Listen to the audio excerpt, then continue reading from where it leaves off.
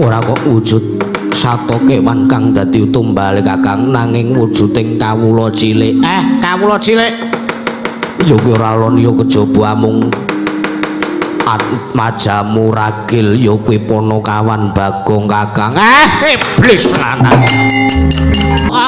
rasik aku mbok sampean iki mbok ya aja ngoten Durna niku mboten samang percaya Durna niku mung tukang ngapusi tukang icok-icok kok sampean kaya ngoten niku wah Bagong ora manut Aida mlayu to mlayu mlayu to wah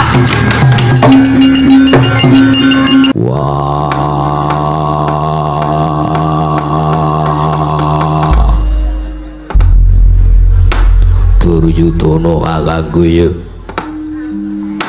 bageke kelawan aku dangu kelawan sowanku selamat aku ning negara Ngastina dina iki ora mage halangan apa-apa adoh sangka rubeda ora mataku ngaturake basaku tanpa nono Duryudana kakangku iya ger siade ngaturake bekti kelawan pun kakang wis tak tampa ora pangestunipun kakang Tampanono iya Duryudana kakangku tak tampa Dayanana kasantosan lahir batine Werkudara iki kaya Durna bapakku oh iya ya ngger iki bapakmu saka lima iki Durna bapakmu ngger oh aku kangen karo kowe ra suwe-suwe ora sowan ning saka lima kepiye kabarmu kangen ya pamujimu slamet ora ana alangan apa-apa oh ya syukur alhamdulillah ya aku ngaturake basaku Tampanan tak tampa lan pengestune bapakmu Tampanono ngger ya tak gegem dadake jimat paribe anak Mas Bratasena wilujeng sengguni bapakku ya slamet bektiku katur inggih kula tampi dawah sami-sami kadangipun Kakang Werkudara padha raja sak prabdamu Karna Basusena kakangku slamet basaku Tampanono yo siade ngaturake bekti kelawan pun kakang wis ndak tampa Yayi Werkudara iya kadangipun Kakang Dimas Werkudara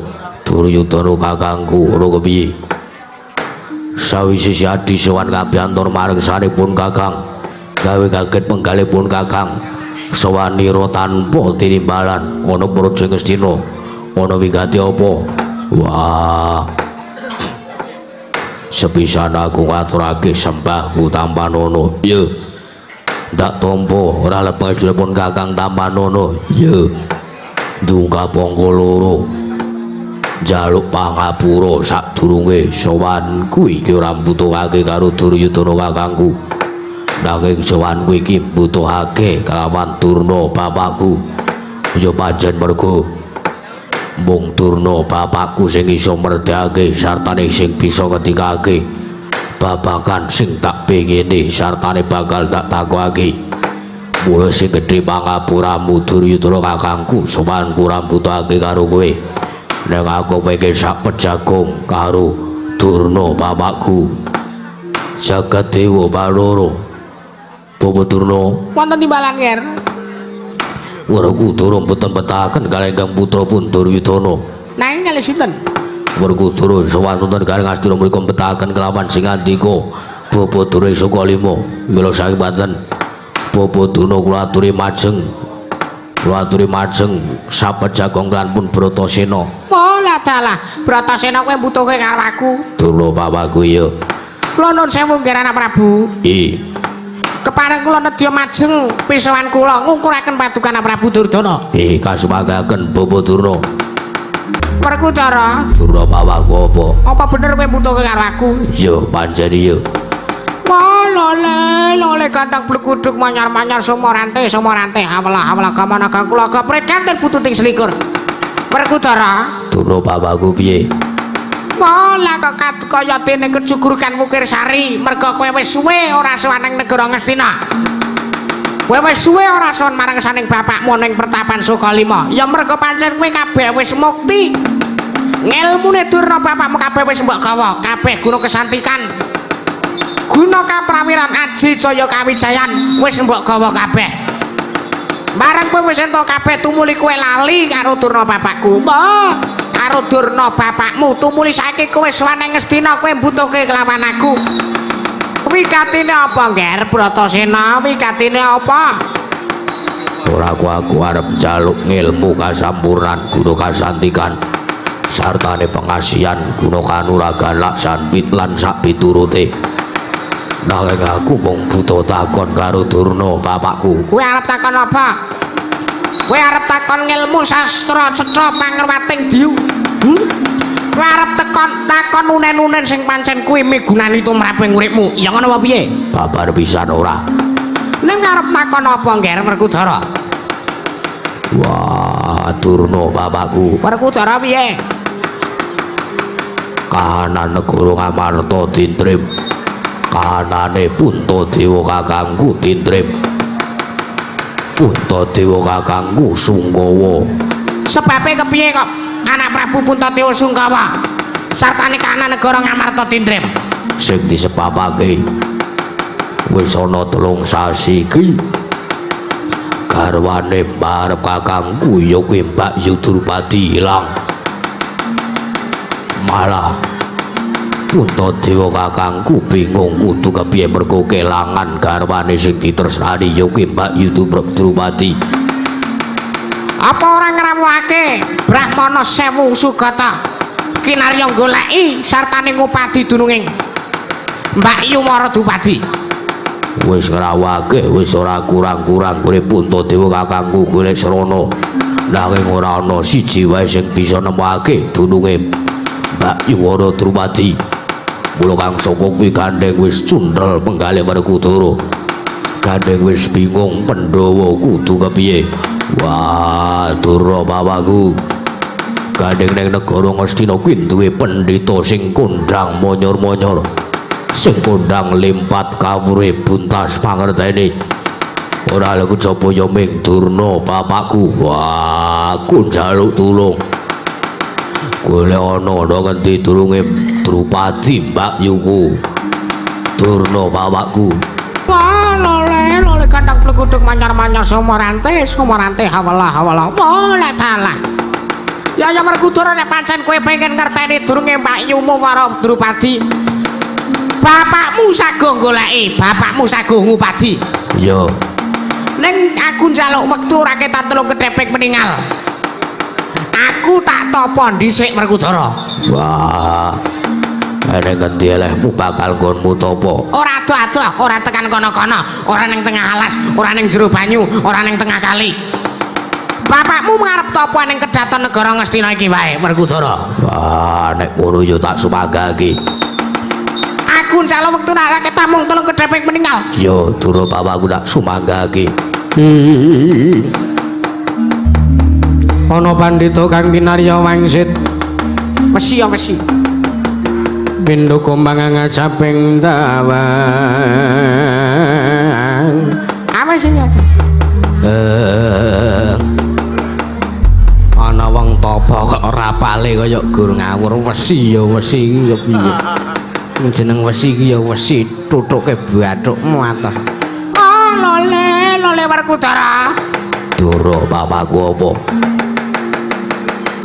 Jroning bapakmu nglakoni tapa sedhela ana iki mau. Bapakmu entuk sasmita saka ngersaning para Jawata. Durung nganti sukmaku tekan ana ngalam Kayiwangan Suralaya kana.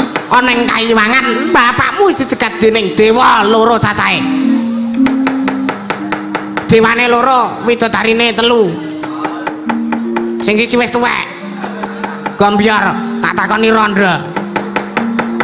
Senengane kok sok kaya ngono kuwi ra. Dewa kuwi mau paring sasmita karo aku, paring dawuh lawan aku. Mbak Yumara Drupadi kuwi isih urip, pancen Mbak Yumara Drupadi kuwi urung mati. Mbak Yumara Drupadi kuwi isih urip, nanging supaya isa dadi srana munculing Mbak Yumara Drupadi ning negara Ngamarta, kudu ana tumbale Werkudara. Ngendika tumbale apa aku sing sagu golek.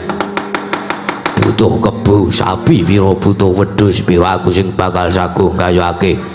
ora kok wujuding kewan, ora kok wujuding sato kewan, ning tumbal iki mau wujuding menungsa.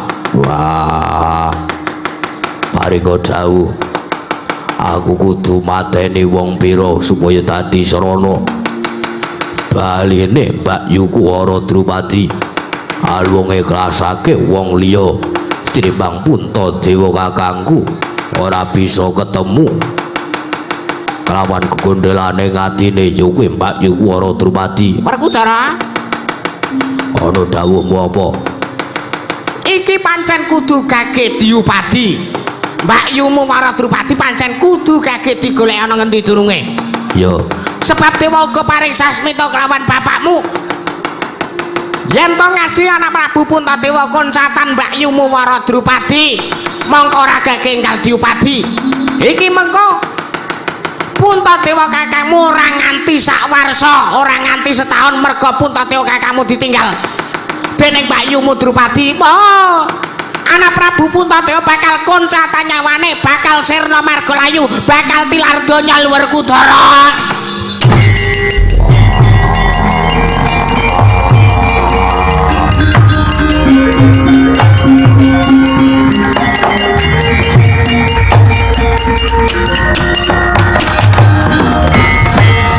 wah Durna bapakku kok kowe malah ngendika kaya ngono. Nek ngono pancen aku kudu gage-gage ngupadi ana ngendi durunge Mbak Yuku Drupadi. Iya pancen kudu gage ngono. Marata gage kowe kudu utawa kudu mbudidaya saran sranane utawa tumbal supaya Mbak Yumu Wara Drupadi iso bali menyang negara Ngamarta. Gage paringa dawuh. Gage paringa dawuh sapa sing kudu tak pateni? Para Jawata sasmitake karo kelawan aku, paring sasmita kelawan aku. Wong sing bakal dadi tumbal iki mau ora kok wujuding satriya, ora kok wujuding nalendra, ora kok wujuding pendhita. Ning iki mau mung wujuding kawula cilik. Ketika kawula ngendi sing kudu tak pateni? Kuandane tak dadake tumbal. Ana ing Karang Pradusunan ngendi? Ora ado-ado. Lanjut sapa? Werkudara, Kepiye? aku tak omong ning kowe aja kaget, kowe aja kaget. Kaget sebabe. Iki ora liya kejaba tumbal sing diwenekke sasmita kelawan Durna bapakmu. Ora liya kejaba sing kudu ditatekake tumbal ditake syarat serana supaya Mbak Yumu Wara Drupadi kuwi ora liya kejaba ya mung abdimu dhewe. Anake Ragil Semalya kuwi si Bagong Werkudara.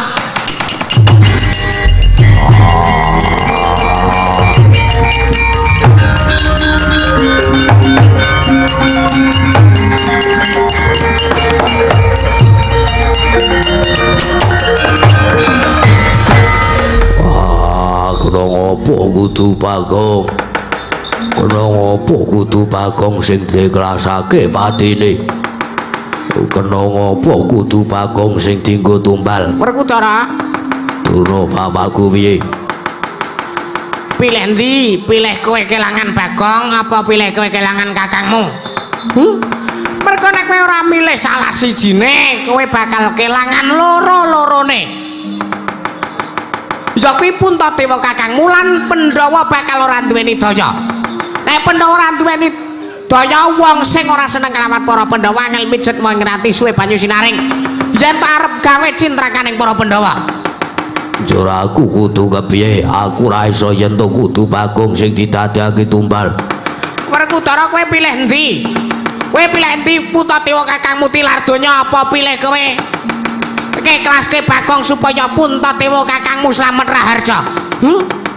Nek kowe kepilih Puntadewa kakangmu ora ana, Puntadewa kakangmu tilar donya merga kowe ngeboti moh mateni Bagong, apa ya wis ora dadi ngapa? Ora dadi ngapa ning aja takon dosa Werkudara.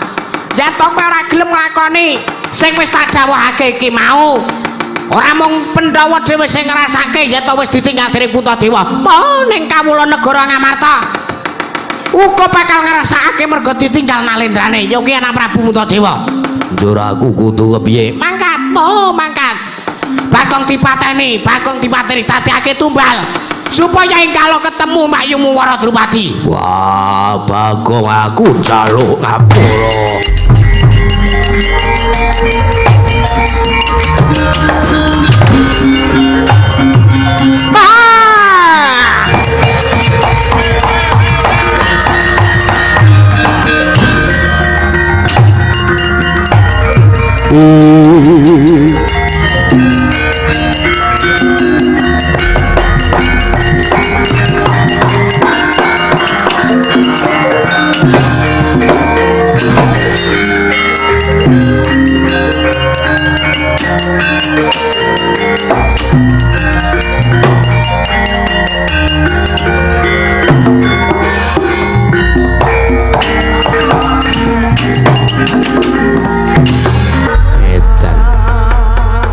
Durna ki mau sore kaya ngrungkupi Pandhawa kok bareng saiki wis rada wengi. Pandhawa arep dipateni tenan. Wah, sampean niku ampun meremehkan kalian kula. Kula niku arep wong tuwek bojo kula ayu sing sakniki. Ngono nggih. Domange ngeyel.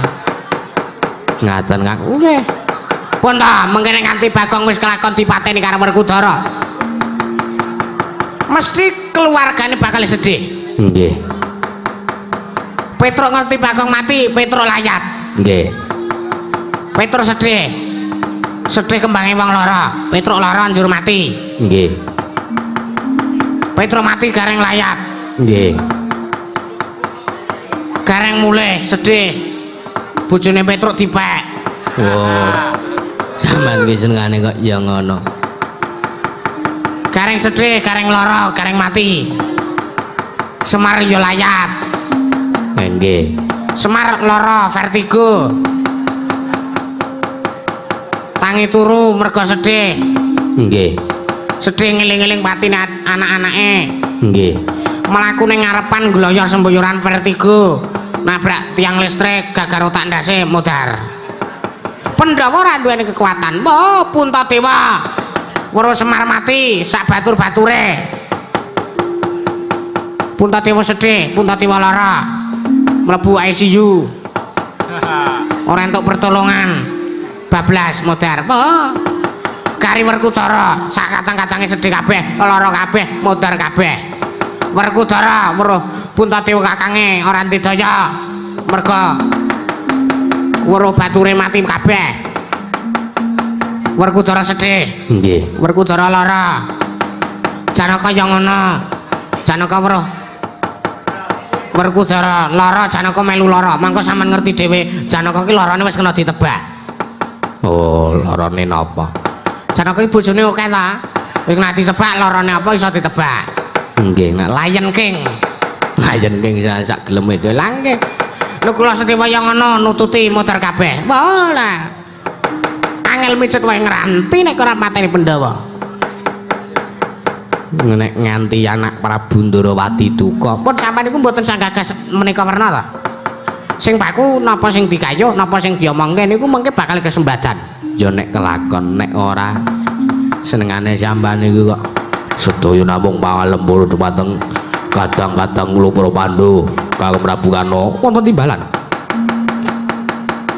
Prawi sak menika ngantos kula aturi nyekseni kemawon panjenengan kula aturi nyekseni aturipun ingkang rayi menawi sak menika mangke ngantos pangandikanipun Bapak Durna boten numusi kula lan panjenengan kedah marantasi. Aduh. Ngapa Kang? Kok kula mak tratap. Ayo sampean kuwi senengane gawe karo Tisampeka sok ora nyambung. Mosok kok mateni Pandhawa gampange kaya Mbok menapa? Sing paken sak menika sampun purna kewajiban wonten ing pasewakan negari Ngastina dinten sak menika.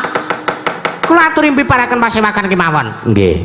Tripate. Nun. Pot anu budal kang padha siba. Wis. Men kono wae sampean ora sah muni. Nggih, monggo anak Prabu. Paman Pati Arya Senguni wonten timbalan nggih. Gading sampun purna jejiban kaparajan negari Ngastina. Budal kang padha siba ingsun kuntura ngedaton ngestaken dawuh nggih keparing nyun pamit madal pasilan. Kang atus-atus Paman Pati Arya Senguni sampun kados lare alit kaya wis ora ana dawuh maneh Paman Pati Arya Senguni.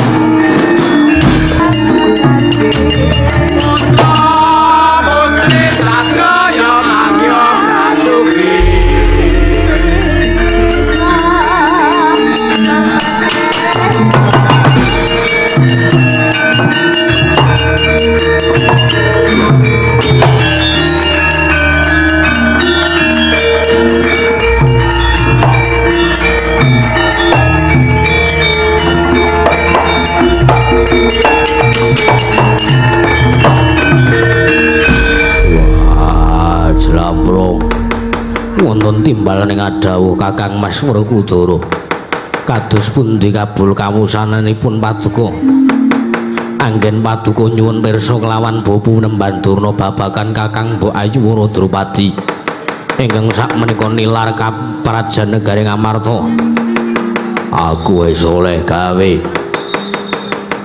ning aja kaget kowe tak omongi inggih kados pundi durna bapakku ngendikake yen to Drupadi Mbak Yu kuwi isih sugeng isih urip sartane durung mati nanging durna bapakku ngendikake syarat seranane yen to supaya Mbak Yuku Drupadi Mbak Yumu Drupadi muncul meneh nang negara Amarta bali menyang negara Amarta syarate kudu ana tumbalipun menapa Kakang Mas menapa kebo sapi sato kewan sanes-sanesipun babar bisa dudu nanging tumbale ya kuwi wujuding menungso wujuding kawula cilik wah jrambrong aku arep omong ora tekan atiku nanging bareng durna bapakku matur yen to luweh milih ngeboti Nalendra sing koncatan garwane tinimbang ngeboti kawula cilik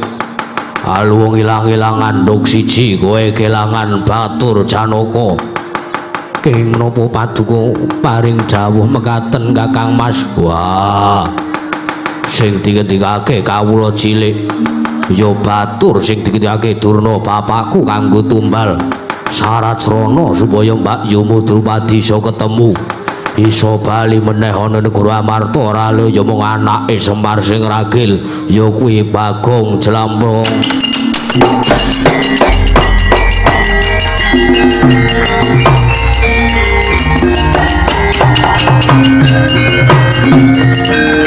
aduh Kakang Mas kenging menapa kedah Bagong ingkang dados sarana ijolipun Kakang Mbok Ayuwara Drupadi wah aku dhewe kaya ora tekan arep nglakoni tumindak iki Bagong kuwi gedhe lelabuhane tumrap aku kowe dhewe uga ngrasake sithik akeh tau tate dimong dening Monokawan Bagong aku kok sing gawe cilik dimong dening Bagong Petruk Gareng lan Semar lah kok saiki mung perkara awake dhewe golek Mbak Yu Drupadi kudu ngeklasake karo uripe Bagong nanging kados pundi kemawon Kakang Mas kula ugi mboten saged sartanipun mboten sagah menawi kedah kecalan dumateng Monokawan Bagong Jlambrong wonten timbalan kowe pilih kelangan Puntadewa kakangmu apa pilih kelangan Bagong nek kowe kelangan Bagong kawula ngestina tentrem Nalendra ngestina ayem slamet uripe nanging yen to kowe milih Bagong kowe ngebotke Bagong sartane ora gagas Mbak Yumu Drupadi sing ilang wah kawula sak negara Amarta ora bakal bisa tentrem sartane bakal nungsang puyang numbuk bentus gudel bingung liripun kados pundi Paduka paring dawuh mekaten ketikane durna bapakku yen to ngasi Puntadewa kakangku barep kelangan karo Mbak Yumu Drupadi mongko ora gage diupadi ana ngendi dununge wah ora ngasi setahun ora ngasi sak warsa Puntadewa kakangmu bakal tilar donya bakal sirna Margalayu Janaka menawi tetela mekaten Kakang Mas kedah kados pundi malih kula lan panjenengan ingkang kedah ngikhlasaken dumateng Pak gesangipun Bagong supados Koko Prabu Puntadewa ugi tentrem stuwin ayem awit Kakang Mbok Ayuwara Drupadi kundur malih wonten negaring Astina wah rasa suwi-suwi ayo digelak lancine mlaku budal menyang Karang Kadrempel nembung lawan Semar anake bakal digawe tumbal mangsa burung yen ora diolehke wah kulan kowe wajib ngruda parimeksa inggih Kakang Mas monggo kondhaken wah suwe-suwe Janaka disika mengko tak tututi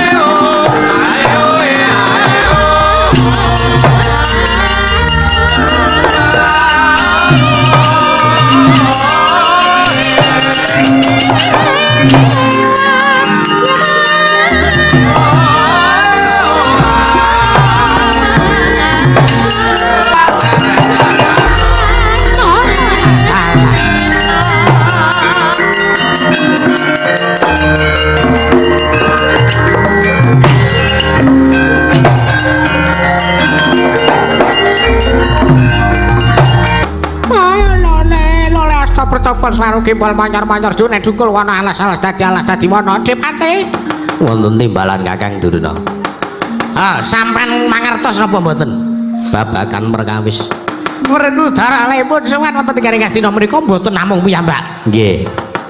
Nanging kalih Janaka lan nika cetha. Werkudara kalih Janaka budal teng Karang Kadempel. Nggih, Kakang.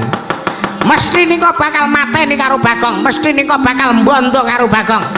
Kuandhanipun dipun pasrahaken dhumateng ingkang abdipun Begawan Durna. Nggih. Lajeng keparingipun kados pundi? Ditonton kahanane Werkudara kalih Janaka. Aja ngasile tok lho Adipati. Nggih, Kang. Kula dherekaken, Kakang.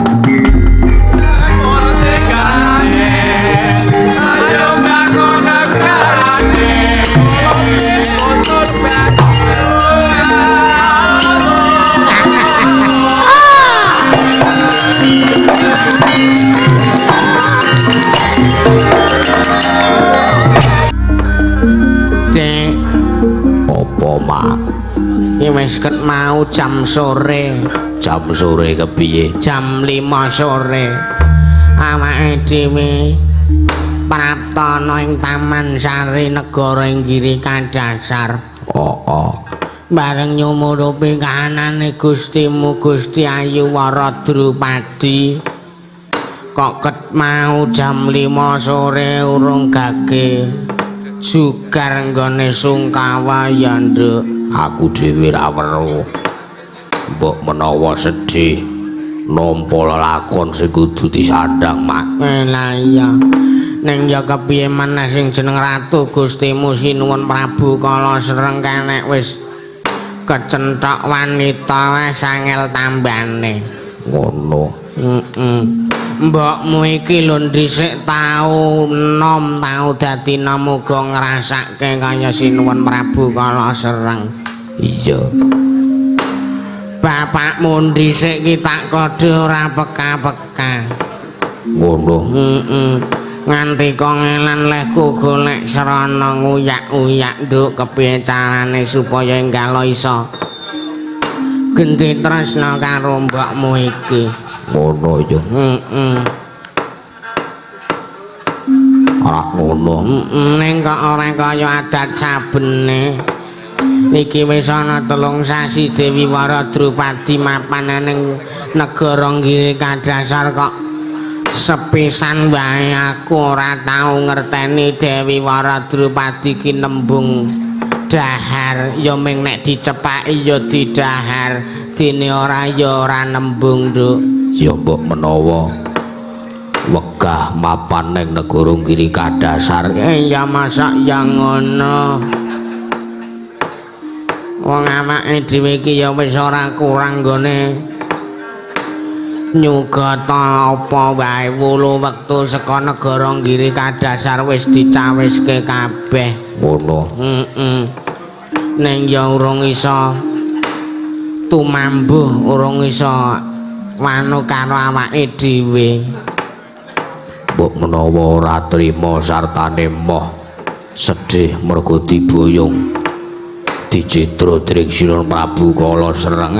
Diomongi tresna ki abote kaya wong nyangga bumi. Ngono. Mbokmu iki dhisik arep oleh bapakmu ki angele ra sebuene. Ngono. Angger kocap glenak-glenik jagongan wong loro ki sing baper sing tuwa-tuwa. Ngono. Anyel aku saya neh kimpul kanjel dipathak watu. Wis ora apa-apa. Saiki ya wis kaya ngono kae. Iso to anu dhewe. Lah iya yo. Jan rada angel. Ora yo. Jane yo wis suwe janjane iki wis suwe. Iya. Lewani-wani agak arep keri-keri. Oh. Malah iki Ratu Gustimu sungkawa. Gusti kula aturi juga anggenipun sungkawa mbok sampun sedih niku sing dipikir napa. Kula ingkang abdi ing Kambanan menika kepareng cumadung dawuh sertanipun nungsung pawarta Gusti Ayu menapa ingkang dipun penggalih ngantos paduka sungkawa kados mekaten Gusti. Gusti kula aturi ngemut. Gus kula aturi emut Padha wae. Emut terus ngemut. Gah aku gah. Mengko ora prayoga. Gusti ayu kula aturi emut ingkang abdi pun saras nyadong dawuh. Ngene kok alas ngene ora. Boten apa-apa, ora apa-apa Gusti, kula aturi emut Gusti. Dereng ngantos paripun ingkang sami balwacana kasar geger njoboan nggih. Rawuhipun Sang Nata Prabu kala sereng pihak-pihak sanggir pun padul.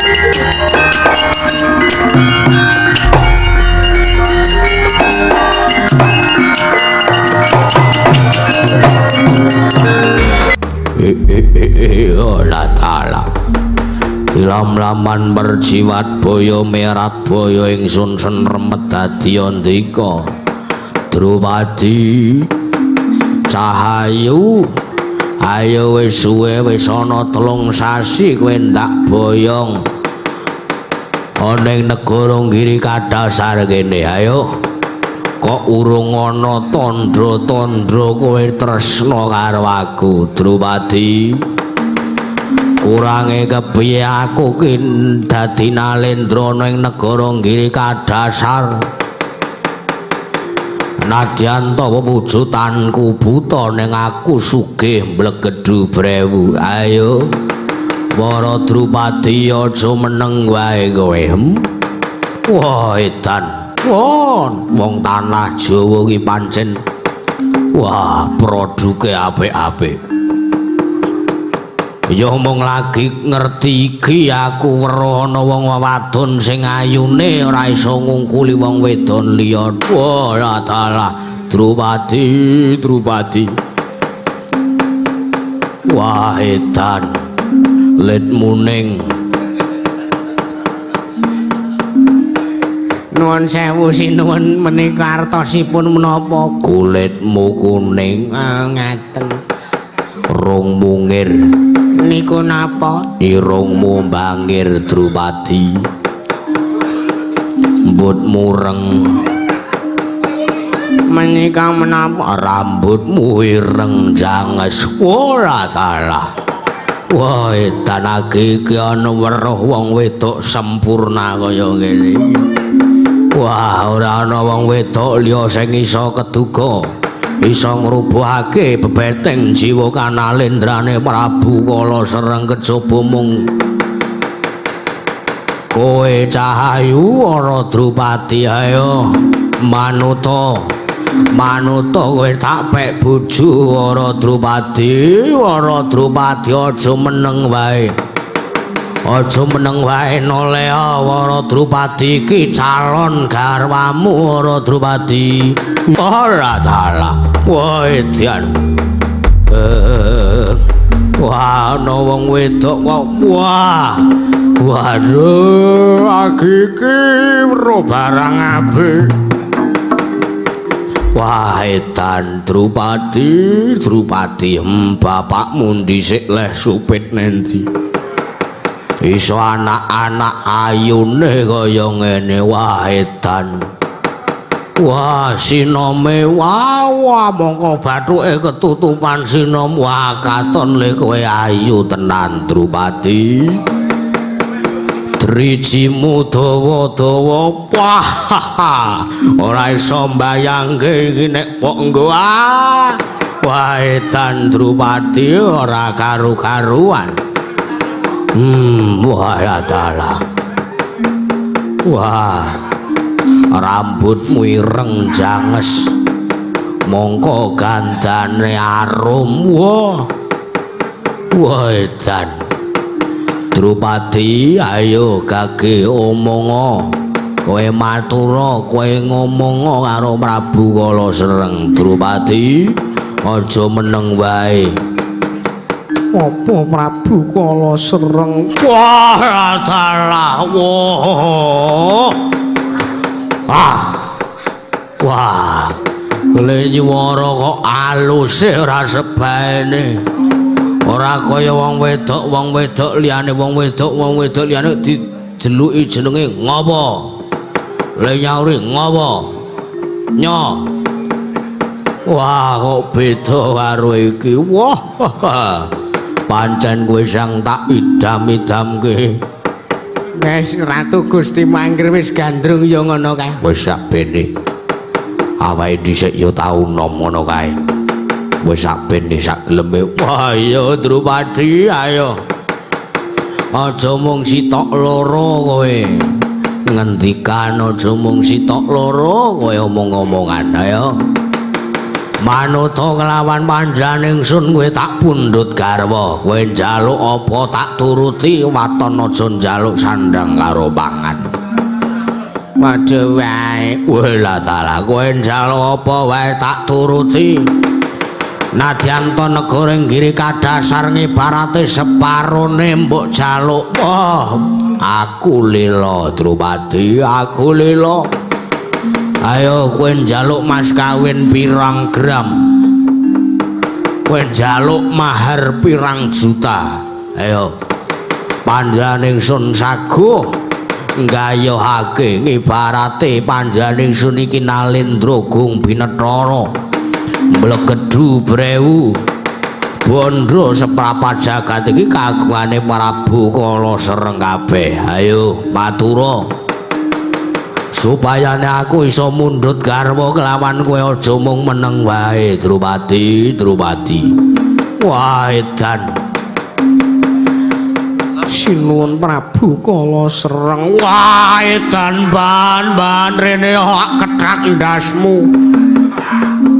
ana sing anu kono kok sing arep dikeplak kene lho wah edan ana wong wedok lagi iki wong wedok apik tenan wujudane wah Drupadi kowe dangu karo aku iya Prabu Kala Sereng ayo kowe gelem tak pek bojo apa ora iya aku gelem mbok pundhut garwa nanging aku njaluk kowe nglakonana siraman jamas pitung sendang wondene sendang mau kudu mapan ana ing ereng-erenge gunung cacahe 7 yen to wis rampung anggonmu resik jiwa ragamu menyang endi meneh parane Drupadi jero ora ana ingkang nulungi kelawan aku kowe ketuga jamah kelawan saliraning wara Drupadi wah la dalah wah njaluk pamit Drupadi mban kowe njaluk pamit kabeh wulu wektu negara nggiri kadasar dicawisake sedhela maneh panjaning sun bakal kelakon jauh karo Dewi Wara Drupadi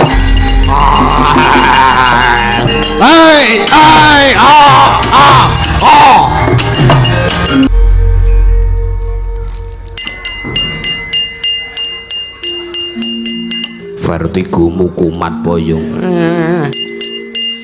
ana ndas mung cilik diketak sak serune mongko nganggo akeh edan mban wonten Jawa Gusti Ayu Tamara gage rem-remen penggalihku mancing ana ing sakjroning taman sali nggih Gusti Ayu wajan sinuwun Prabu Kala Sereng nek wis kocap tresna karo wong wadon wae ora ana sing bisa nyuwawa lah iya mak kaya aku dhisik ya nduk ya padha wae karang sing jeneng tresna ki abote wong nyangka ya wong nyangga bumi milih ora madang ora ngombe ora turu ora melek nek ora keturutan tresnane tak ya ngono tresna ya kena ning penting aja ngasih kaya kimpul bayaran wayangan dikekke kabeh acotone. Wis bareng ditinggal ayo wis klekus. Mula ki sing sak madya wae. Kaya aku iki. Ketemu ya apa perlune ora werna-werna. Aku no ketemu njur check-in. Ora ngawur kowe ya. Ora aku ya ngomong apa anane. Ora aku ya ngomong sak nemuku sak kecandakku ning aja ngasih kaya kowe. Dinggo pengalaman, dinggo kaca benggala. Oh ngono. Wes ayo lelipur karo Gustimu Ayuwara Drupadi. Iya. Mban wonten dawuh. Ning burien ning lawuh apa? Iki ngelih agiki. Agiki lho aku ngerti Gusti Ayuwara Drupadi takon burien ning lawuh apa. Nggih wontenipun wonten ing mriki menika nadyan negara gedhe wonten ing mriki menika wontenipun namung sambel bawang kalian triwul. Kalih menika kala wau dipun betahaken petih. Karo sapa nika? Kalih bapakne maratuwa gendhuk kula niku. Ngono mban nggih. Bondah. Nggo awi kula dherekaken mriku sak ontene nek jenengan kersa nggih mangdhahar nek mboten kersa nggih kula dhahare mergi kula nggih ngelih. Padha wae mban yo wis ayo bareng-bareng. Kembul bujana sak anane yo mban nggih kula dherekaken Gusti. Akatang rayong nyambut gawe.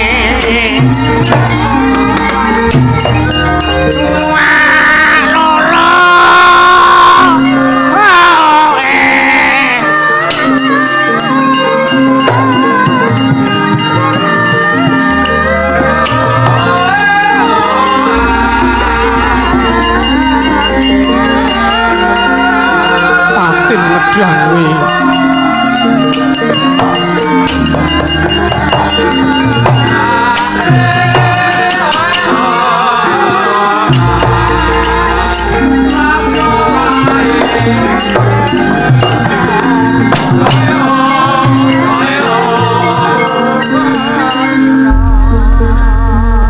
Aku kuwi dianggep apa? Sida dikeplak, sida disalahke.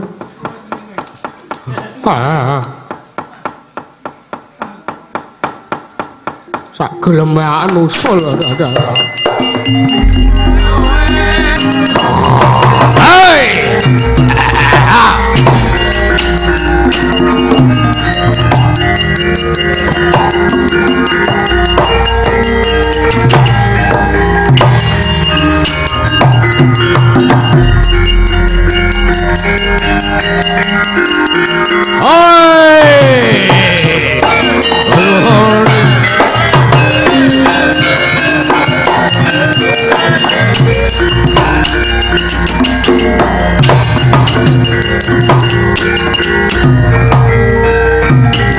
Wala talahe bocah tumenggung lan kowe patih rumeksa praja wonten timbaling adawuh sinuwun Prabu kula seneng paduka ngawe ingkang abdi ing kepatihan pun rumeksa praja. Wala talah sedhela meneh. Wah edian wah lah ora betah aku. Wah, mongko spring bete anyar kae. Wah, edan. Drupadi gelem tak pek bojo pati. Waduh, sinuwun. Nderek mangayu bagya. Awit badhe kelampahan anggenipun paduka tresna satepun badhe ndhawuh kalian Dewi Wara Drupadi. Ya. Dasar para nyataning Drupadi njaluk kelawan aku. Supaya aku ngelakoni siraman jamas pitung sendang. Wonten sendang mau kudu mapan ana ing ereng-erenging gunung kamangka cacahing 7. Patih, wonten imbalan. Ora sasuwe-suwe ora sawalang ati gandeng bakal kelakon kegayuhanku. kabeh tontonan ning negara ngiri kadasar ditanggap kabeh ketoprak ndangdut wayang wong wayang golek wayang beber kabeh ditanggap suka parisuka panjenengan ingsun bakal kelakon jauh karo Dewi Wara Drupadi ih ngestaken dawuh ayo mangkata rasa mikir ragat rasa mikir Danaprabya sing baku kelakon nggonku dawuh para Wara Drupadi apa wae tak lakoni pate aku budal ngopati pemanggil rupa mau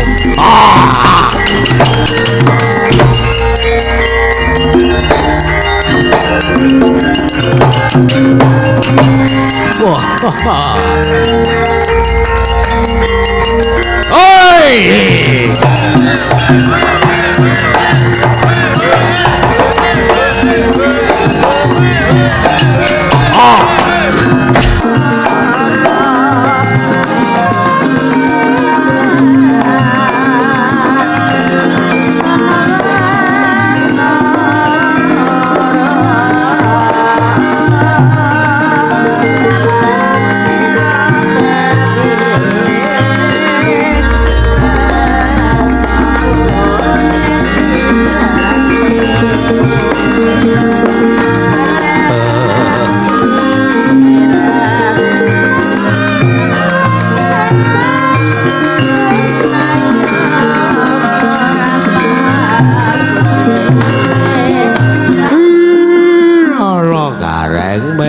Bagong padha raharja sak pratamu role pamujinipun Bapak Ismaya Bapak kula Semar Badraraya paduka miji dumateng piswanipun ingkang putra pun Nala Gareng wilujeng bekti kula kunjuk Rama ana maling aturake bekti lawan wong tuwa tak tampa pangestuku tambah nono Nala Gareng nggih kula pundi jimat Petruk padha slamet kamu lho wilujeng Pak Bagong padha slamet kamu wilujeng Pak kena ngapa kowe iki kok ora kaya adat saben iki wis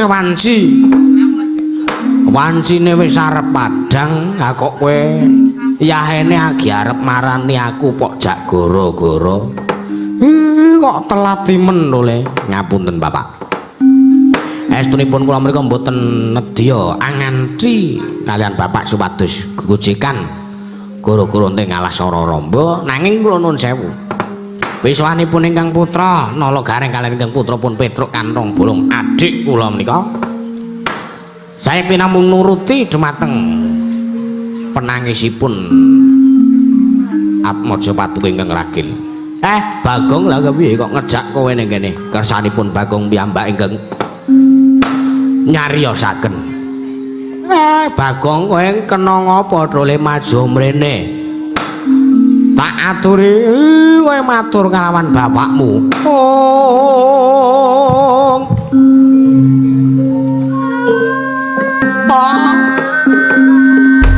bingung anakku lho kedah kados pundi lah ngopo kowe kok nangis-nangis teka mrene niki gapet kula tugel tenanan jebule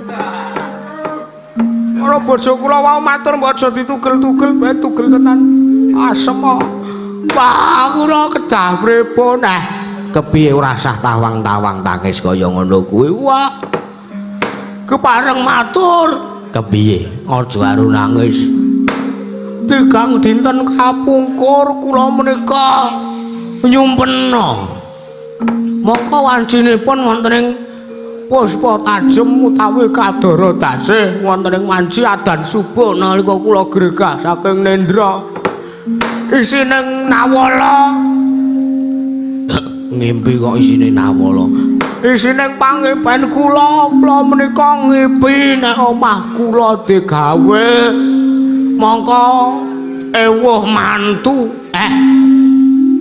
kowe ewuh mantu enggak ning malah mung ngimpi niku lah sing dadi nganten sapa kula lah temanten putri dereng nganten makane niki kula kan goleke wah senengamu kok kaya ngono ra. Kula niki ngertos werdine ngendikane tiyang kathah wong ipi dadi manten ki bakal ora prayoga dadeane. Mila saking menika kula nyuwun pesale bapak kula kedah kados pundi, Pak? Lah kok dadi kowe ngimpi kowe ndek gawe mantu mongko temantene kowe. Ngamongko kok temanten putrine ora ana. Iki ana perkara sing ora becik. Ana wong sing arep njangka patimu tole. Wah.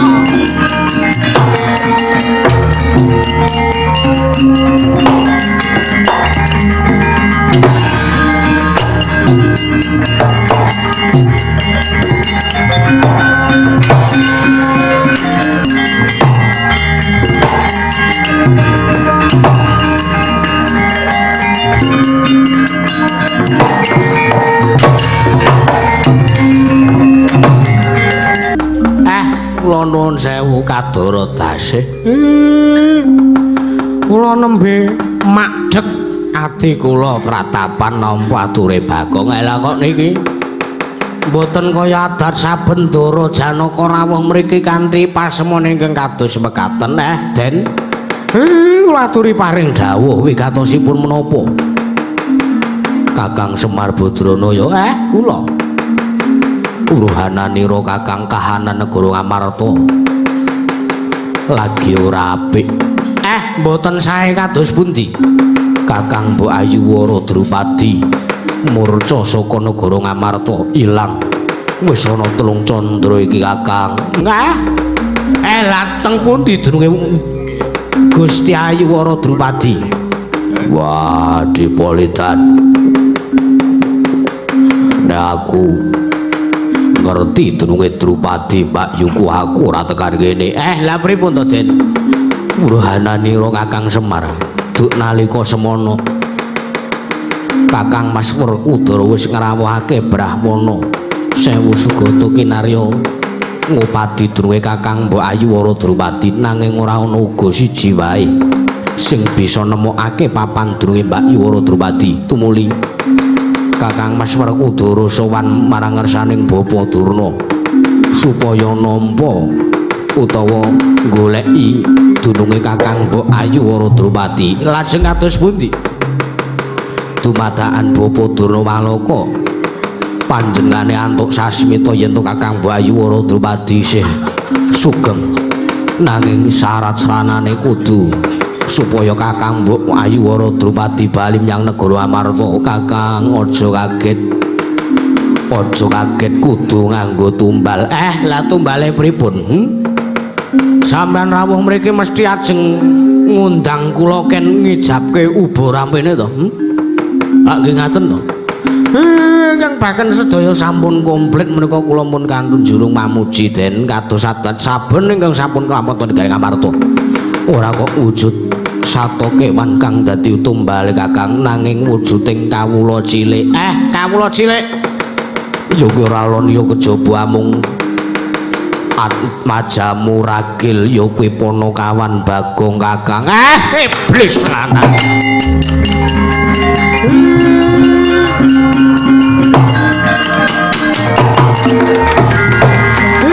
Kok dadi sampan ngendika kaya ngono? Niku jarene sinten? Iki ngendikaning Bapa Begawan Durna. Durna kok sampean percaya? Nuwun sewu. Durna niku sampun merambah makaping-kaping ajeng damel cintrakaning pepunden-pepunden Pandhawa. Durna niku pun merambah makaping-kaping ajeng damel sengsaranipun para Pandhawa. Lah kok sampean tesih percaya wae? Wah, Semar ora sagelem dhewe. Durna kae bapakku sing menehi ilmu karo aku. Banyu suci Perwitasari kabeh saka Durna bapakku. Niku rak ming Durna sing dawuhi. Banyu suci Perwitasari niku sampeyan piyambak sing upadi. Mergo sampeyan diparingi kalih Sang Ruci Bathara niku lek sampeyan budidaya dhewe, ora kok mergo Begawan Durna. Lah kok nek sakniki sampean percaya kalih Durna, Nuwun sewu Den dipun gelar dipun gulung. Ampun waton gebyah uyah nampa crita. Durna niku mung tukang ngapusi, Durna niku cangkeme sok ndobos Semar menika apa ora? Mboten. Wah, gladuk kowe nyamah asmane Durna bapakku. Lah kok dadi men mono musika, kowe arep dadekke tumbal. Lah kok dadi men mono musika. Ngapa ning ngapa? Aku nang arep dhewe malah ora krungu informasi. Kowe arep dienggo tumbal Ndara Werkudara. Supaya Gusti Ayiwara Drupadi bali menyang negara Amarta. Tak urus iki rek.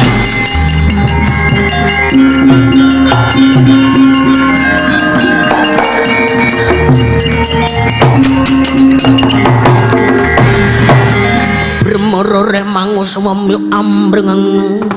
Keti karunan kasubur. Direnggeng tumingan dendeng sanggup.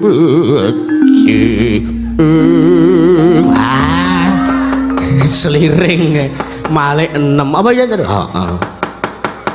Pripun Ndara? Bagong Malang kerek tanpa tata krama. Kula mireng nek kula lajeng dadekke tumbal. Nuwun sewu. Carane cacing kepidak penungsa ngrasake ora ngrasake lara ning butuh bales karo sing medah. Ana sampean mriki ajeng jagal kula ajeng mang dadekke tumbal. Nuwun sewu napa ora nek wong liya to, Den? Kula niki pun kelara-lara. Urip kula niki pun sarwa gratos. Anak bojo kula butuh mangan. Mendina menjakake kula lan nek kula ninggal anak bojo kula sing ngopeni sinten? Manuto. Luwih becik aku ngiklasake kowe ilang-ilangan nduk siji tinembang Kakang Mbok Ayiwara Drupadi ora bali menyang negara Amarta. Gedene Koko Prabu Puntadewa ora nganti setunggal warsa bakal tilar donya. Ora asik aku. Mbok sampean iki mbok aja ngoten. Durna niku mboten samang percaya. Durna niku mung tukang ngapusi, tukang icok-icok kok sampean kaya ngoten niku. Wah, Bagong ora manut Aida. Mlayu to mlayu mlayu to Wah!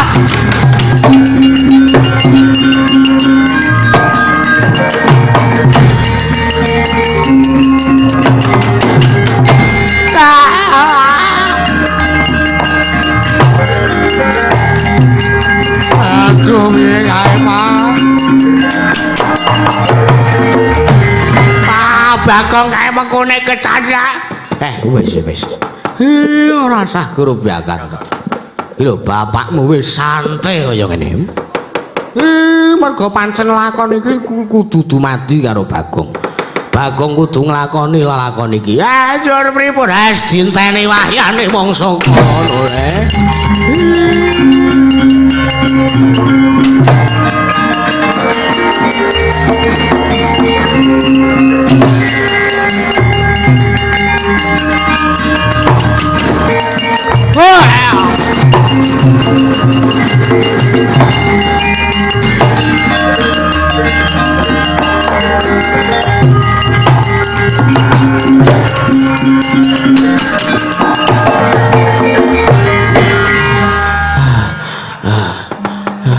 Iki aku ora menggok ngiwa.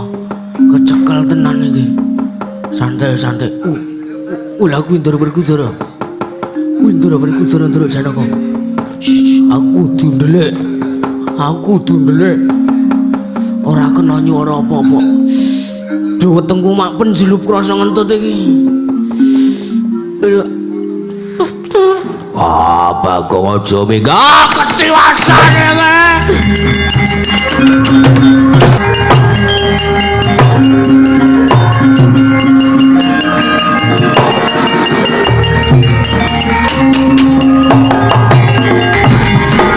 Suram-suram diwangkara kiken Repangos kang layun Tenyeneng memanis Wadan layu Kumalku cemurara Wah jan wis kok ngrekosati men lakone Bagong Pak kowe kok gur meneng wae. Mlayu rono kecekel Ndara Werkudara Ndara Janaka bareng mlayu rene segara mongko tak sawang kok katon iki akeh iwake. Wah aku kudu piye Dewa nyuwun pengayoman Dewa. Waduh piye mlaku rono kleru mlaku rene modar iki nek aku nyemplung segara ora wurung iwak gedhe nyokoti aku dadi pangane nek dipikir kok aku timbangane urip nggo tumbal ora entuk kasuwargan aluwung modar ning segara nek dipikir nyolot segara engko nek matine mati nglalu ning beda ding mati nglalu disebut nglalu ku nek glelep pancen sengaja wes tekate neh nyelametke anak bojo nyelametke awakku dhewe wis ora mikir apa-apa butuh slamet urip ya urip modar ya modar ora urusan aku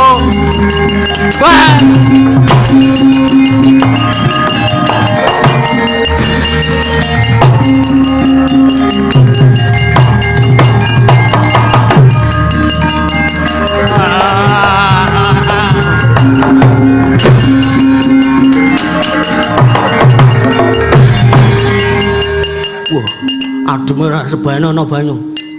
Waduh. Wah, selamat tinggal Petra. Wis gelem wae. Aku ana lho. Lho iwak gedhe tenan. Wah, edanane. Wah, iki ora gage cekan 50 aku nglangi kae eneng lemah sithik-sithik kae ra.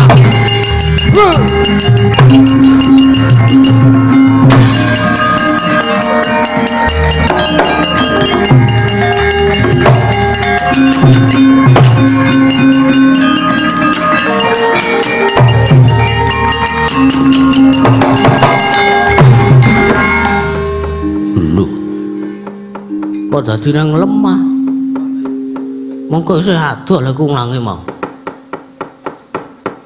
kuwi wit ora pangling lho sapa sing ngentaske aku adalah perkensang Warudoyong pak lho Kuse ki sapa ngerti ki swara demit waspada aku wis nggo keris Kiai Senggol Modot sing ana sing nyuwara Bagong Bagong ulur ingkang prapta sapa ta jenggal kita edan ana teko nang teko jenggal kita kowe ulur iki dewa ta iya aja sageleme dewa bukti kula kunjuk pukulun Bathara Brahma jenggal kita kowe kudu Bathara Brahma sinten Bathara Yamadipati saya ngawur ora Yamadipati kok kaya ngene ra ngene ra Bagong kula ingkang prapta merpikawan jeneng kita merga kahanan ana ing Kayuwangan Suralaya kontring kahanan ana ing Kayuwangan Suralaya gara-gara hawa panas tumandon ing Kayuwangan Suralaya sing disababake merga pamotah kita ngatas kelawan dewa njaluk pengayoman mula panjaluk kita ulun nudanani serius iya pas ulun gara dewa kok gara kula niki niku janjane niku ajeng dadekke tumbal kali Ndara Werkudara iya ulun wis pirsa nanging kita kudu bener kudu pranggon kita mlaku anggon kita tumindak anggon kita melayu kudu bener aja ngasih ketemu karo Werkudara Janaka ulun iki bakal ngayomi kelawan jeneng kita wah matur nuwun Bos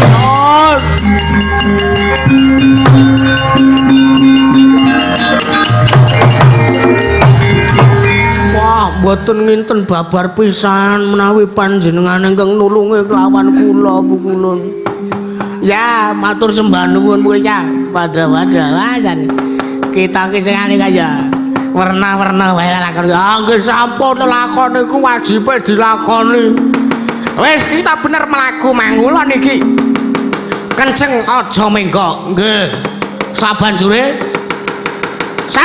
kita bakal prapta nang negara Giri Kadasar. Ya kuwi papan pileng kae Prabu Kalasreng. Nggih, bar niku Prabu Kalasreng kudu mbok pateni. Sabanjure kula pateni, kula sate ngoten, Gus. Aja sak geleme dhewe kita. Sabanjure kita pateni sandangane Prabu Kalasreng kuwi nggonen. Oh, ngaten. Ya. Carane kula mateni niku pripun? Kula niku wong ora ndek kadegdayan. Ulun kita ulun paringi pusaka aran Kalung Robyong Kencana. Wah. Napa ulun? Aran Kalung Robyong Kencana. Kita kepruk ana nganggane Prabu Kalasreng sirna Margalayu. Pun rasa suwe-suwe kula nonton Kalung. Ora tak gak tambah nono, Bagong.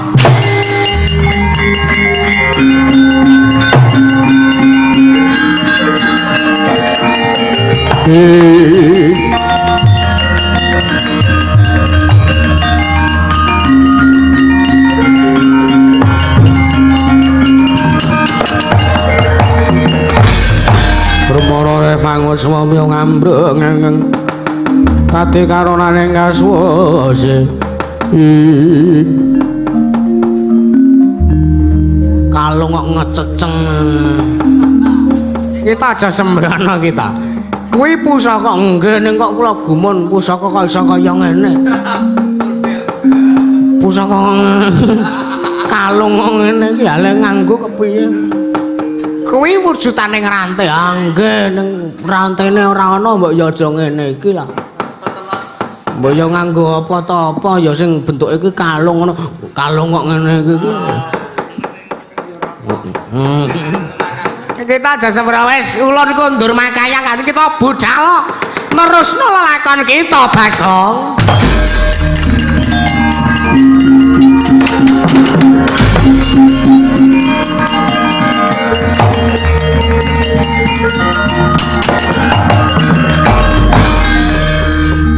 Asik ditulungi dewa malah oleh dompet aku. Wong wedhos kowe.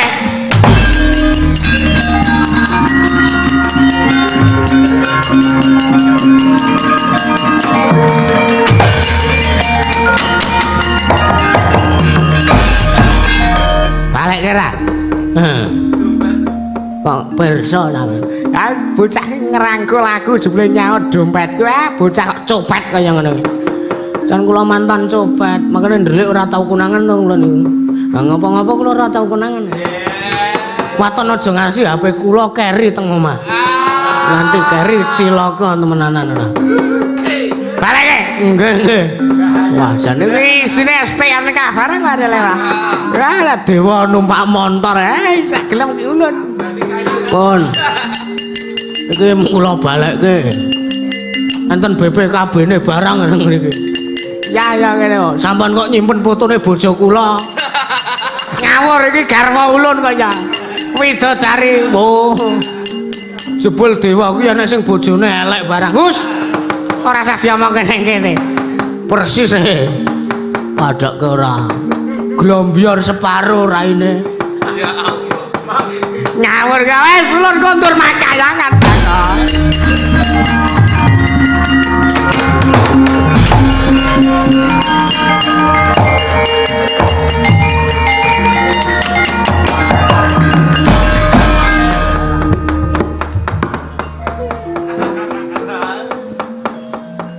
Dumah bojone munggah.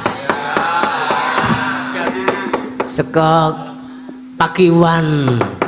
Yes, TKT nglakoni lakon ya. Ora tak gawe sedih, ndara Werkudara pancen arep gawe cintrakaning Bagong. Ayo gawenan. Gawenan nek iso.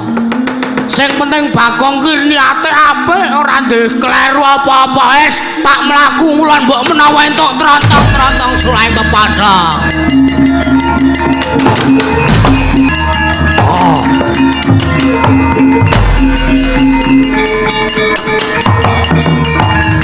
Putra Pandhawa tata gate wis raya. Indriaksa Sara Maruta Latala wah kepasang yudya katujuh ing nunggonku ngopati sendang pitu cacahe wah eneng dalan ketemu mangsa wah mongko ginuk-ginuk tak sawang daging akeh daging gundulmu kuwi iki lemak wah Latala aja iki mung gajih tok pangan mung ngendal cangkemmu kuwi sapa kowe buta aku Prabu Kala Sreng wah iki sing tak golek kowe golek karo aku ayo kowe arep ngejawab wes di negaramu tak jaluk kepiye negaramu tak jaluk oh mangsa Baranga kowe arep njaluk negarane Prabu Kala Sreng ora bakal iso kowe nrenggalane kridaning Prabu Kala ayo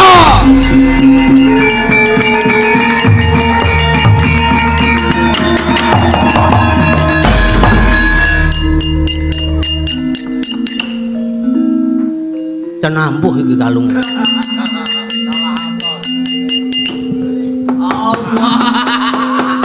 aku iki weruh kalung kok lain daripada yang lain ngedar kowe Prabu Kala Ceng Prabu Kala Sreng tak geleme dhewe ora ben ora tak ge ngene ora sisan tak ge ngemundak bapak utawa aku ora iso tentrem anggone sandangane mangsa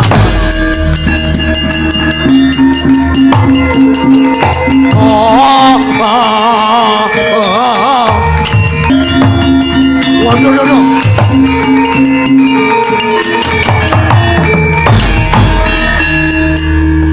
bajigur mekutane abot tenan aku weruh ngene iki rasane dadi ratu ya aja takon dosa ingsun Nalendra ing Giri Bajra Nalendra ing Giri Kadasar jenengku Prabu Kala Sreng ya iki tak sengaja tak templeki variasi matane perjurit tak cototke tak templeke mbathuk ben mosok Prabu Kala Sreng tok ya ingsun Prabu Kala Sreng ya Prabu Jajalanan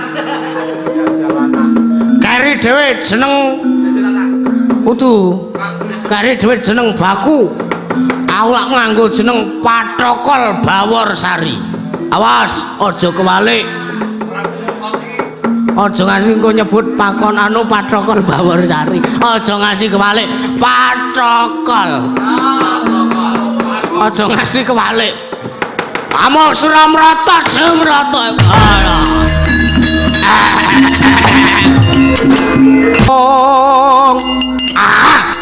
sabdaning kukila ringkane kara saged kene donganing kong lir wuwu sing bene panca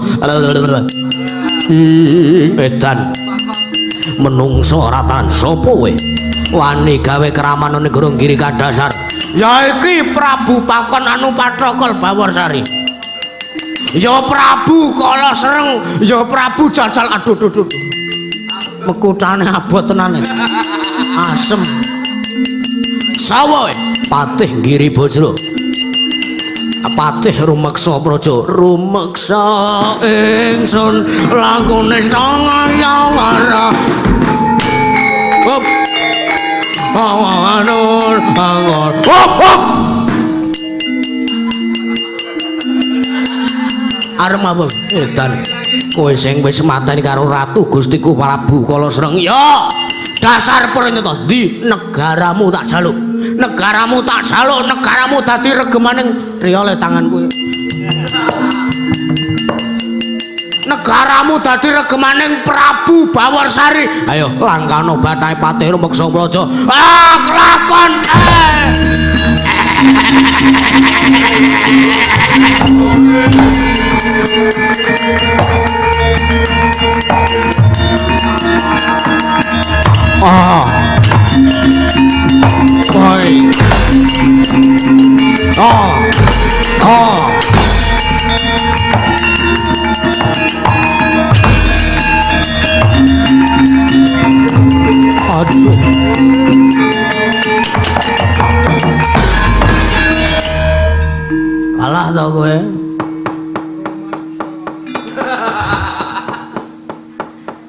irungmu tak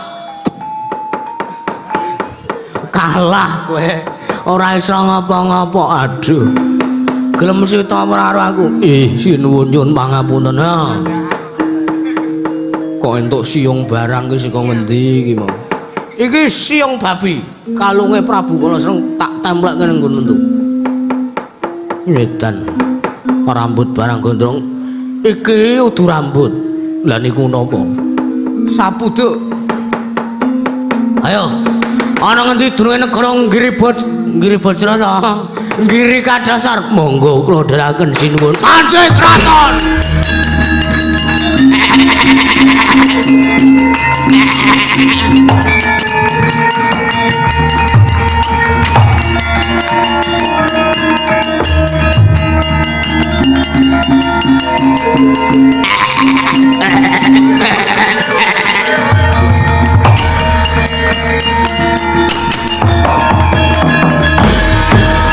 Ridho mawur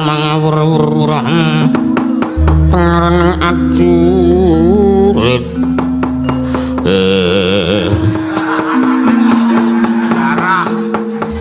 iya dalah jagat dewa Bathara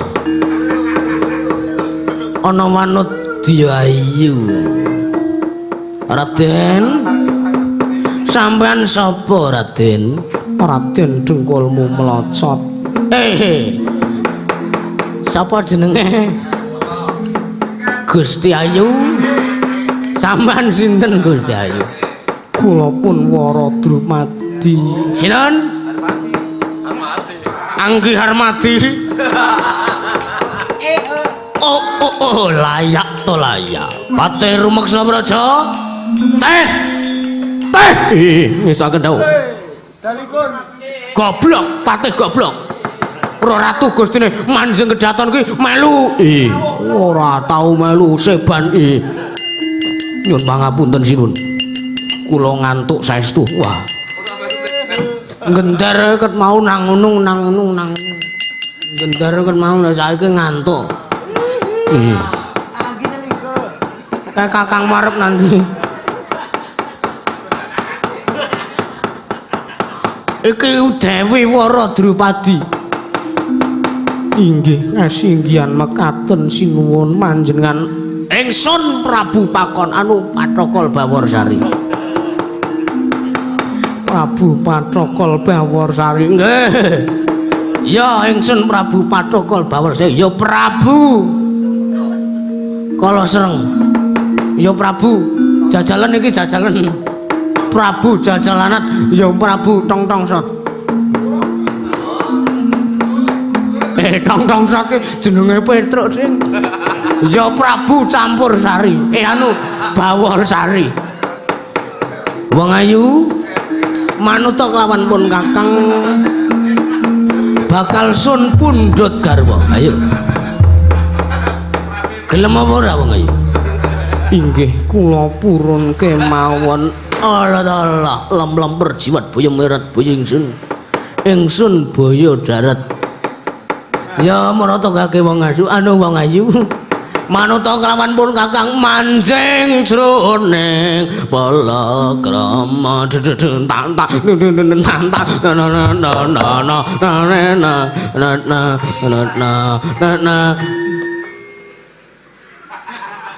apa Rumeksa Praja mboten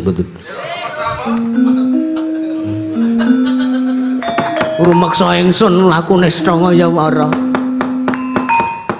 ana ratu kok kaya ngene piye guneman piye mboten wonten ratu kok gagah pideksa bagus kados ngaten dikira aku ora krungu ngene wong kok senengane ora ayo manuta sun pundhut garwa kaya lagu Rara Jonggrang kae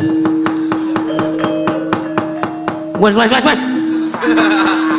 Patih wonten dawuh kowe iki dijeluki kok ngono kuwi wae ngantuk sinuwun rombonganmu kon meneng dhisik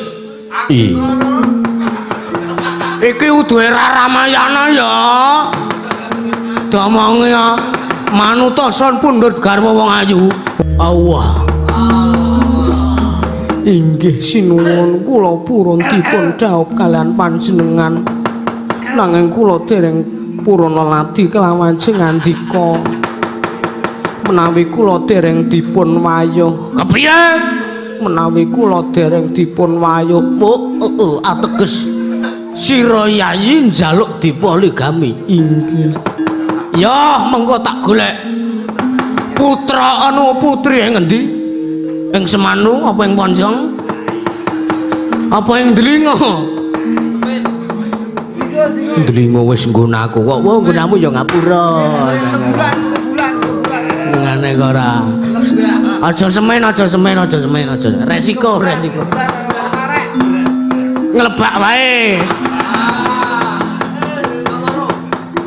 Aja loro. Kowe njaluk diwayuh sapa? Aku njaluk goleke kanca kowe sapa? Kula nyuwun supados kula dipun padosaken wayuh. Nggih menika putri cacahipun kalih.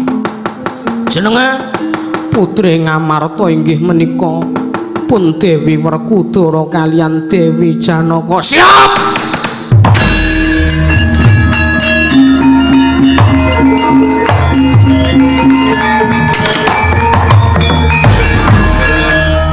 Lho, Pak jaket abang tok-tok jleng. Sangka antusiase. Pak Dukuh kowe iki. Hah? Pak Dukuh budhek. Kepiye ngono aku budhek mboten sing. Mboten. Mboten sinono, padha aku ora reti. Sing jeneng perangkat desa kuwi wis enek sebutane dhewe-dhewe. Ngoten. Nak Dukuh ya nandika arep takon. Ngaten. Nek Pak Lurah ya nyandira ngono. Nek Pak RT nyandite. Nah, jadi tak takon nek Pak Cari. Waduh. Mboten wantun kula. Ora wani kowe patih kowe rendahan kok kowe. Ya pun Kakang mangkat ngupadi apa sing kita jaluk. Ning ayo. Garwaning pun Kakang wong ayu ndak aturi manjing telenge ngakek. Tak gawa ana ing negara Ngamarta. Inggih. Ayo wis ora sanggo iringan. Inggih sinuwun. Sak menika sesuk-esuk inggih. Alon-alon awas, sayakmu keri. Ketok wadak gara. Alon. Wes manjing telenge ngakek. Masra mrata jaya mrata. Patih rumeksa ingsun lakune Srangayawara. Wonten timbalan. Ratu kok aneh-aneh kaya ngene. Piye? Mboten sinuwun. Ratu kok bijaksana kan. Wah dikira aku ora krungu. Nggih. Ngadhep rene ora patih ana ing mburi. Ngeslaken dawuh. Sumadung dawuh. Mangkat ning negara Ngamarta. Wigatosipun. Mboyong Dewi Werkudara lan Dewi Janaka. Nyuwun pamit sinuwun.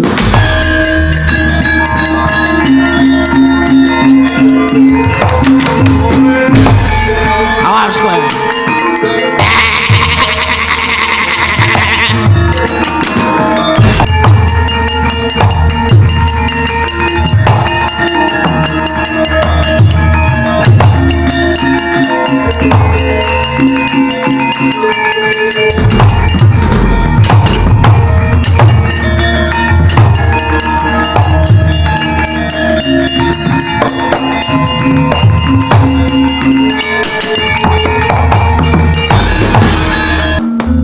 Janaka inggih Koko Prabu Bekti kula kunjuk ya.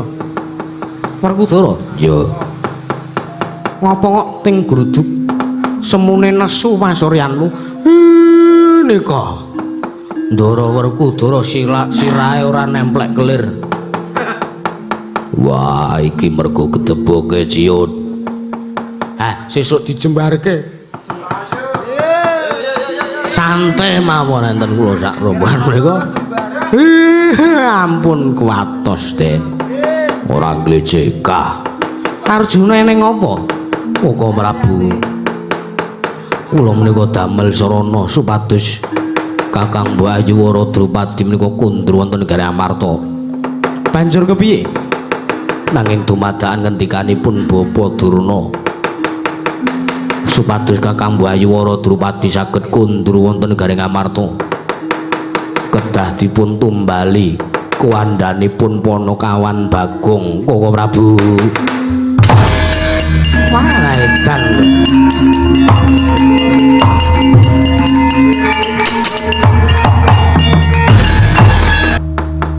Percaya kok karo Begawan Durna.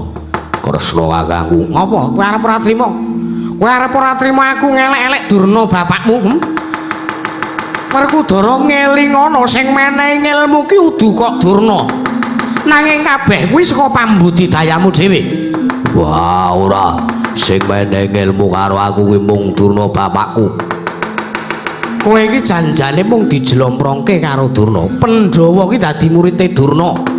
Kabeh iki janjane mung arep dijlomprongke karo Durna. Jajal pikiran. Wis ora kurang-kurang anggonipun Kakang ki ngelekke supaya aja nganti percaya banget karo Bapa Durna. Kenadyanton ketoke katone pendhita apik ning kae sing putih mung sorban karo kedune. Ayo, Werkudara nek kowe ora trima, arep nesu karo kakangmu, ayo tandingana. Nek kok kowe nganti ngeklasake patine Bagong, malah kowe kok nganti ndadekake Bagong tumbal supaya Mbak Yumu ora Drupadi bali nyang negara Amarta iki mikir apa ora kowe iki? Aduh, Koko Prabu.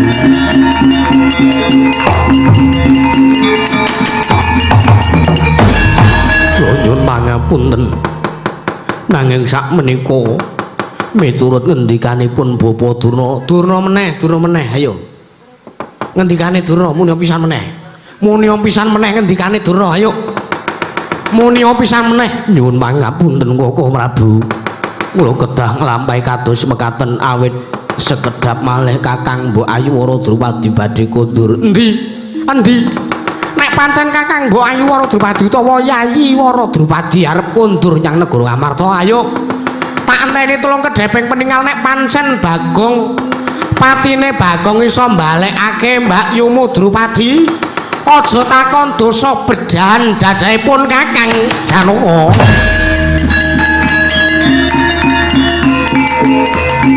Nuwun!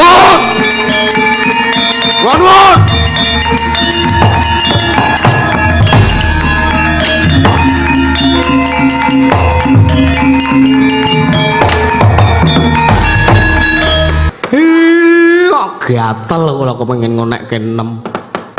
Senengamu kok kaya ngono, ah? Monggo diwalik ya aja men mboten masalah. Oke. Sopo iki? Nuwun amin pasangli mantabe. Kula ingkang abdi wingking saking negari Giri Kadasar. Kowe aranmu? Kula Patih Rumeksa Praja.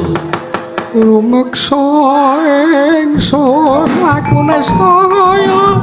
Keduren ada keduren. Ora semar ngleje wae ket mau meneng. Nggih. Wigatine kowe prapta ning kene? Ora salah. Dereng ngantos kula prapteng wonten negaring Amarta kula sampun minanggih kalian ratu. Mboten pangling menika Nalendra Ndrawati. Prabu Sri Bathara Yamadipati. Bathara Yamadipati gundulmu kuwi.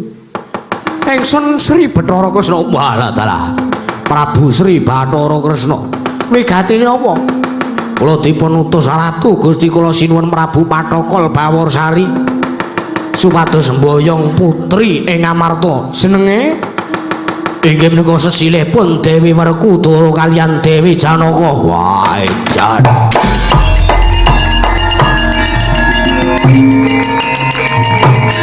Woi.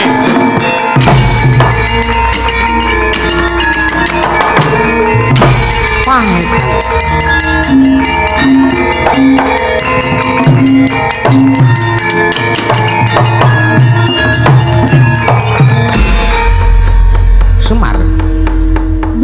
Sumar pripun to? Ampun sak geleme dhewe sampean. Kakang Semar, Kula ditutke kae lakune supaya aja nganti ana apa-apa lho kae. nggih Den.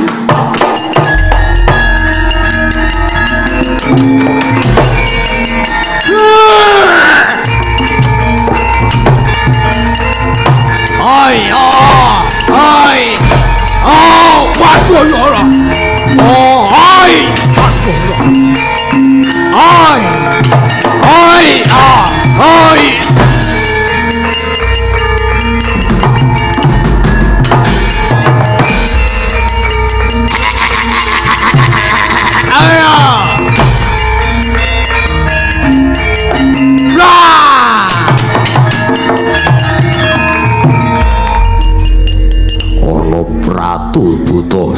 kowe? Ingsun Prabu Pathokol Bawarsari. Satrio gagah pideksa. Raden Werkudara. Adalah sayangku cintaku Werkudara, Dewi Werkudara. Ayo manuta ndak boyong.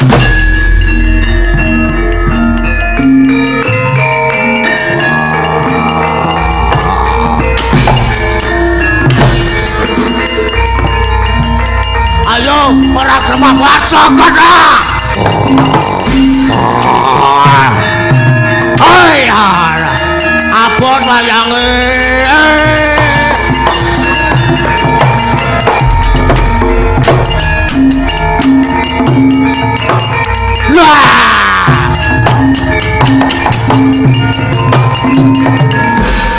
Sayangku sing sijine, ayo tak pek bojo yo ngansani Mbak Yumu yo. Ayo to. Koko Prabu kewiranganku, Koko Prabu. Wirang yo.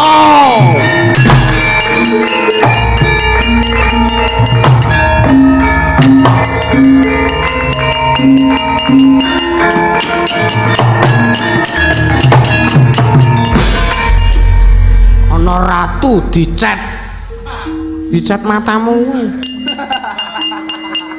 Ana Kresna dionekke dicet. Wah, adalah ratu ireng janges.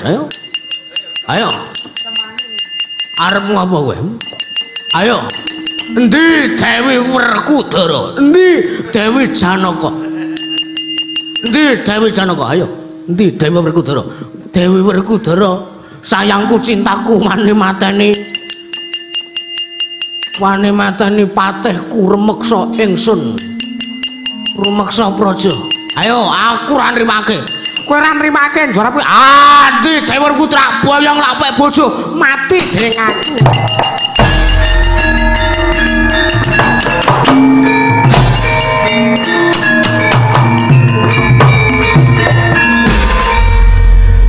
Ratu kok feminim.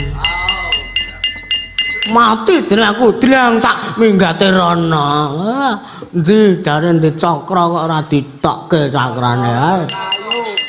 Ya ora ditokke. Oh ya ding sing cakra nggone iki wakepleh-kepleh wayange. Ayo amuk Suramrata, Jayamrata.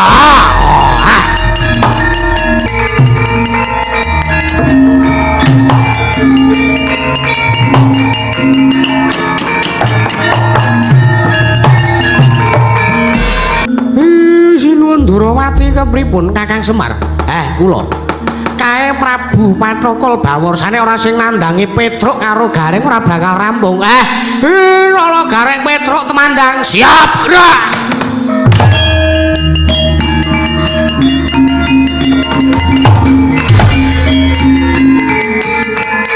Geliak.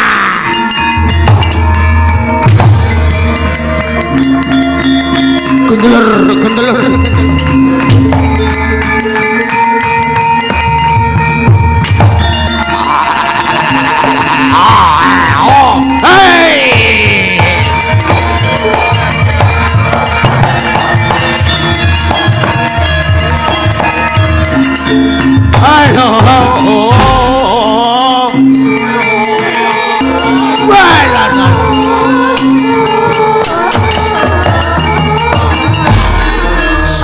Yen menungso gedene mung sak lengenku.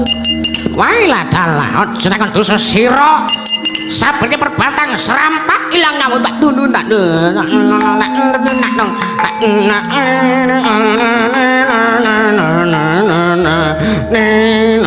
Iki dadi Mbah Waloya ta iki. Lagu-lagu ora wis rampung gara-garane ora. Arep ngedeke Werkudara kemah meneh apa piye?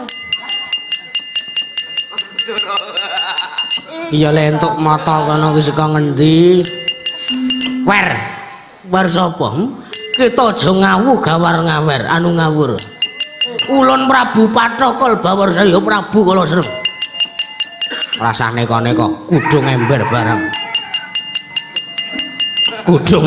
Ya kok pitike kloro. Badar. Kita sapa? Kita kita es ora saku rasane korek.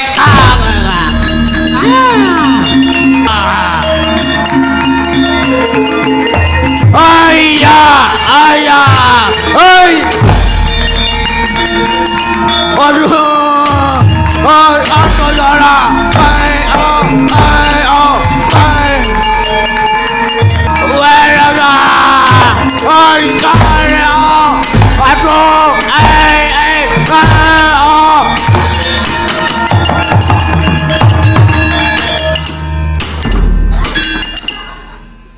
Bajangan kau.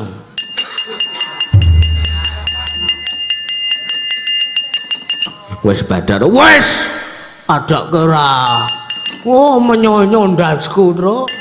Kowe dadak dadi ratu barang terus lehmu oleh mata kae mau kuwi ngendi? Ayo lehku nadal nggone perjurit. Kae terus kerismu kae mau olehmu ngendi? Dedermu keris kae mau olehmu ngendi? Nggone perjurit tak potol. Tak banyu keras, tak bur ngono. Terus tak nggo ukiran keris. Ngawur wae ora. Kepethuk Ndara Ayu Drupadi. Wes, santai to.